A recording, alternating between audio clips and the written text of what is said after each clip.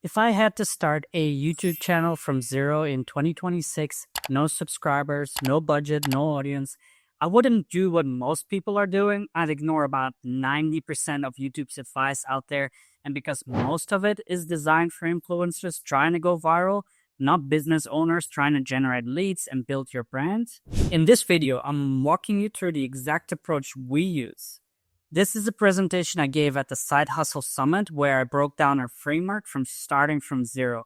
We're covering how to find opportunities in saturated markets, how search actually works in 2026, how to position yourself to beat the competition, and simple frameworks we borrow from Mr. Beast that make every video perform way better. The good news is YouTube is actually getting easier for small channels. So I'll show you an example. So this screenshot was taken maybe a couple of months ago, I think. But you can see how many small creators are being pushed onto your home screen now. Whereas, 2 years ago, 3 years ago, 4 years ago, it was primarily the big channels with 1 million plus subscribers that were being pushed by the algorithm. But now, YouTube doesn't care how many subscribers you have. It doesn't matter whether you have 100 subscribers or 1 million subscribers. If you make really good videos, then YouTube are really going to push your channel. Basically, what we're going to do is we're going to analyze 6 criteria and we're going to give ourselves a score on each criteria. The criteria we're looking at is the gaps in the market, which is literally like, what's the demand in this niche? Are you going to be another Minecraft YouTuber, which is so saturated?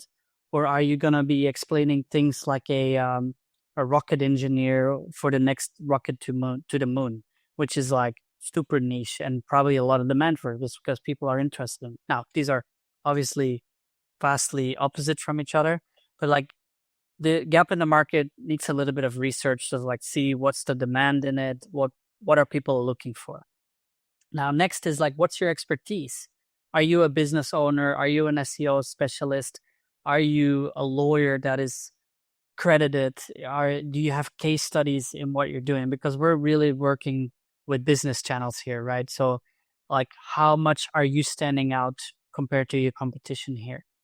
The next one is very interesting. It's called access, and access means anything from information access to physical location access, or perhaps even resources. Like, do you have infinite money to throw at this YouTube channel and that could make you successful? Or maybe you're well networked and you have access to Alex Hormozi, Grant Cardone, Cody Sanchez, anyone that can get on your podcast if you decide to start a podcast.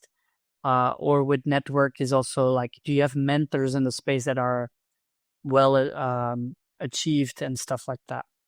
The next one is character, which means like basically your likability, or how well can you tell a story? Like, can your character be a reason that someone watches your videos?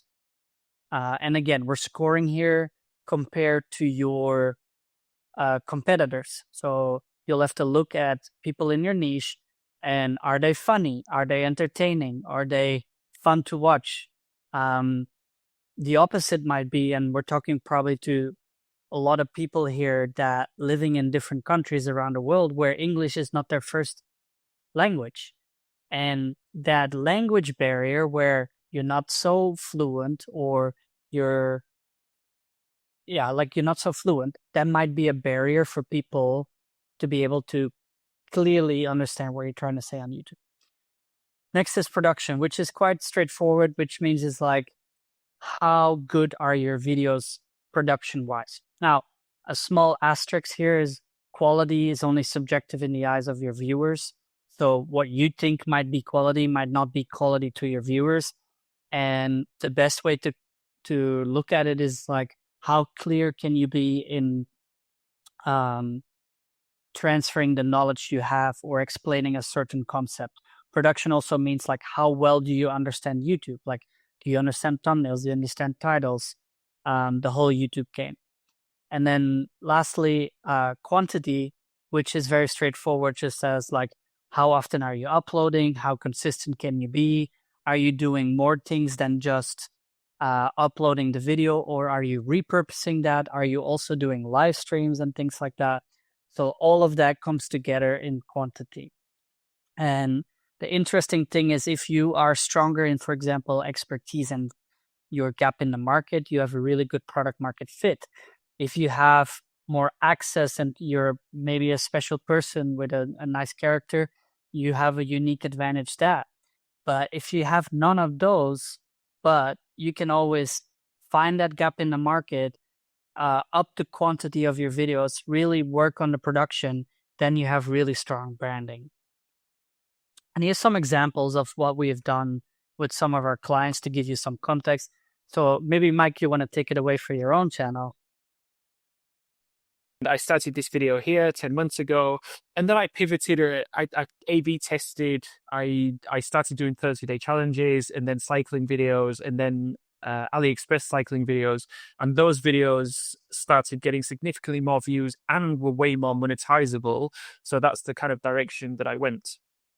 And the only reason that it was able to grow this quickly is because of the gap in the market. So you can see here, the gap in the market is about as high as it can get for this particular niche. The quantity, it's pretty basic, like one video a week, one long form video, one short form video a week. So for me, it doesn't take that much time at all. What I do though, is I do have vlogs every now and again. So I make this video. I went from 0 to Ironman 70.3 in 10 months. And that's a vlog video that just shows a bit more personality, a bit of behind the scenes, a bit more about me. And the reason why that's important is because if the viewers can kind of get a snippet into what your life is like, what you do in your free time, that kind of thing, then your trust, your credibility, your likability all increase. And this is the easiest way, is to rank channels from most popular. So you literally go to any of your competitors, any channels in your niche, rank them from most popular. And from here, essentially you want to reverse engineer what is already working. I think one of the biggest mistakes on YouTube, or one of the biggest mistakes that people make on YouTube, is just making a video on a topic that they just randomly come up with. And it's like, why would you do that when you can do research? There's millions of videos out there. There's so many data points out there. Why not make data-backed decisions as opposed to just kind of a guessing game, where you don't know whether that video is going to work? But if you go to one of your competitors or another channel in your niche, you rank their videos for most popular, you already have data now on what works and what doesn't. For example, with Sabri Subi, his most viewed video, how luxury brands brainwash you to buy. So if you was in this niche, you could make a video on how luxury brands use mind tricks to make you spend money. And then you would make, the idea actually would be to one up every single area. So you would make a better thumbnail, a better title, better editing, better storytelling, better SEO, better chapters, and essentially one up in every single way. And in theory, your video should also do significantly better because you already have proof of concept here. You already know that this video works. If you want to use YouTube as a side hustle, for example, or as a way to make money, there are 3 factors that you really want to look into to make that decision easier. A few of them we've covered, which is the gap in the market to make it so much easier to do.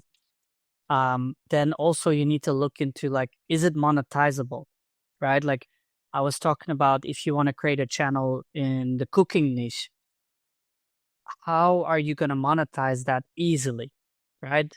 The most straightforward thing is, like, maybe you're going to start creating merchandise around chef knives, or like clothes you wear in the kitchen. Maybe you have a restaurant then that you can promote, but it's very difficult to monetize versus if you have a niche. And let's take Mike's niche, cycling products. He can do affiliates, but maybe later he can create his own products or things like that. So you really want to think about, like, what is monetizable. Now, if you're running your own business, then building a YouTube channel, trying to attract potential customers is the most straightforward answer. There's other things like affiliates. Like, we rarely look at YouTube AdSense as a revenue stream for YouTube. That is just a nice bonus to have that might pay for the editing, that might pay for some things here and there, but it's hardly the main goal. Sponsorships is maybe one of the things, but then you need traction, especially depending on the niche. Now, so we have gap in the market, monetization. But one thing that people never think about is consistency. How long can you stay consistent creating content for that channel? And that usually goes hand in hand with either you make a ton of money out of it and that makes you very motivated to keep going, or you're passionate about the topic. And yes, there's a discrepancy between what you're passionate about and what's the gap in the market and the monetization. But if you can find the trifecta of those three, that's what Mike did, for example. He's interested in cycling. There's a monetization possibility and he can talk about it forever. Fundamentally, if you want to grow a YouTube channel fast, the idea is the single most important thing, followed by the title, followed by the thumbnail, followed by the intro and hook. And so I've talked a little bit about the idea. The title, obviously, you want catchy titles, curiosity evoking titles, and then for the thumbnails, you want bright, catchy, high contrast, high vibrancy thumbnails, preferably with a face in there, no text that is very small that is difficult to see. So if you're starting a YouTube channel, like I say, there's so much advice out there, but if you focus on number one, the idea, number two, the title, number three, the thumbnail, and number four, a really catchy hook, so the first 10, 20 seconds, and that's like 80% of the equation when it comes to getting views. And then from there, it's just a case of the 1% rule, getting 1% better every single video.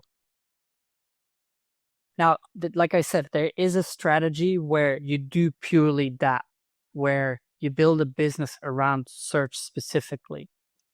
But there are things you can do, find the right keywords, use some tags for it.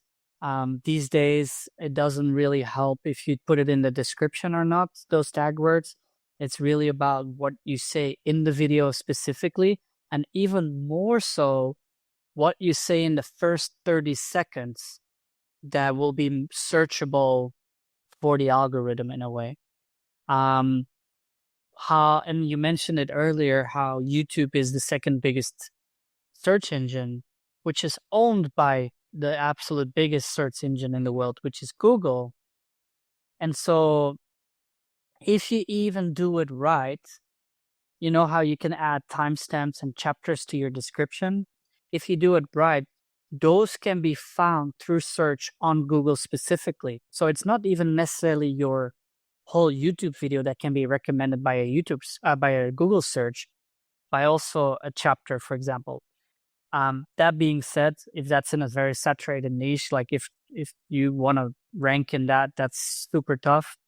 But if you're answering a certain question that people are looking for, and that is apparently in a chapter or as a video title, that will do as well.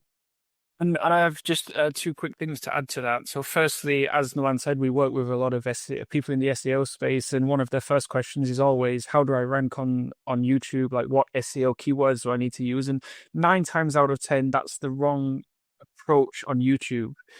Because YouTube doesn't prioritize SEO that much, unless you've got the type of channel, for example, how to unblock a toilet. You're only going to watch that video if your toilet is blocked. You're not going to watch that in your free time, or if you're kind of scrolling. I like what Mr. Beast calls the rule of 3, where the title, the thumbnail, and the first 5 seconds should all match. So if you look at any of Mr. Beast's videos, they all use the same structure. So for example, I think he has a video, $1 yachts versus $1 billion yachts, something like that.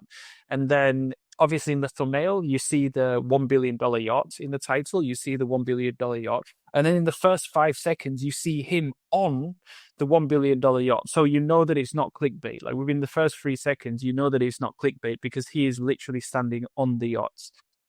So I like the rule of three, and I think it's an underused strategy.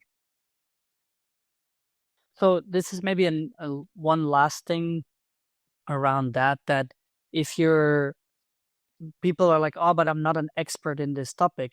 First of all, there's three ways of delivering a message. It could be your opinion, your experience, or you're an expert in it. That's like simplifying it in a way. And so when you look at Alex Hormozy, he is like at level 100 already. And then it's like, okay, it's cool that you're explaining this to me, but I'm here with $100 in my pocket. What can I do to turn that into $1,000, into $10,000? And you might not feel so relatable to Alex Hormozy, but then there's another guy who made a video on like, I just made my first $10,000 from zero, and this is how I did it. And so he's not where Alex Hormozy is because he made millions, if not hundreds of millions of dollars, but he's lower down the stairs and he's more relatable to that person who is actually looking for that information. And so no matter where you are in the expertise ladder, no matter what you have as an advantage, your opinion or your lack of expertise could be something that you can leverage in a video as well. So that's the quick snapshot of how to start and set yourself up for success on YouTube. To see what videos you actually should make first, go check out this video next.